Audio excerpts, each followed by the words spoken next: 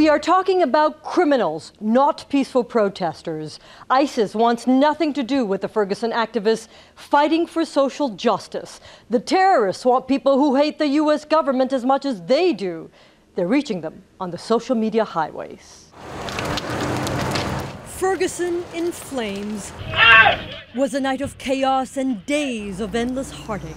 It was also a calling card for terrorists from the other side of the world. We received intelligence reports for law enforcement showing actual tweets that ISIS was putting out, encouraging Americans to join the people who were burning down buildings in Ferguson to engage in that conduct across America. The tweets all have #Ferguson. Some say, "Hey blacks, ISIS will save you." Another one says, #Islamic State, #Ferguson, #coming. Here's a tweet that uses Malcolm X to push the ISIS propaganda.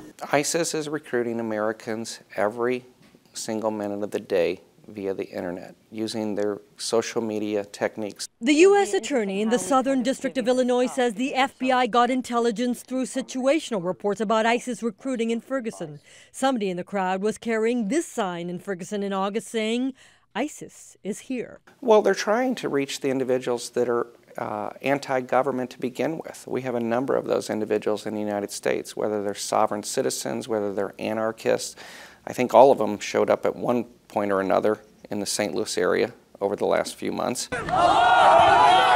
ISIS stands for Islamic State in Iraq and Syria. They've beheaded American and international journalists and AIDS workers. They put those videos on YouTube. We're very concerned about the threat posed by homegrown violent extremists from individuals who live in the same community that they intend to attack. The FBI special agent in charge in Springfield, Illinois says terrorist groups like ISIS are recruiting more Americans. These individuals are difficult for us to detect as they're able to connect with other extremists with relative ease, and more capable from an operations standpoint because they are familiar with their intended target areas. It only takes one of them, recruit one of them to do a bad act, and now you have the lone wolf, and the lone wolf is the one that we fear the most, because we cannot predict where that lone wolf is going to strike. Special Agent in Charge Sean Cox and U.S. Attorney Steve Wigginton say ISIS's recruiting power lies in social media. That's what brought them national and international prominence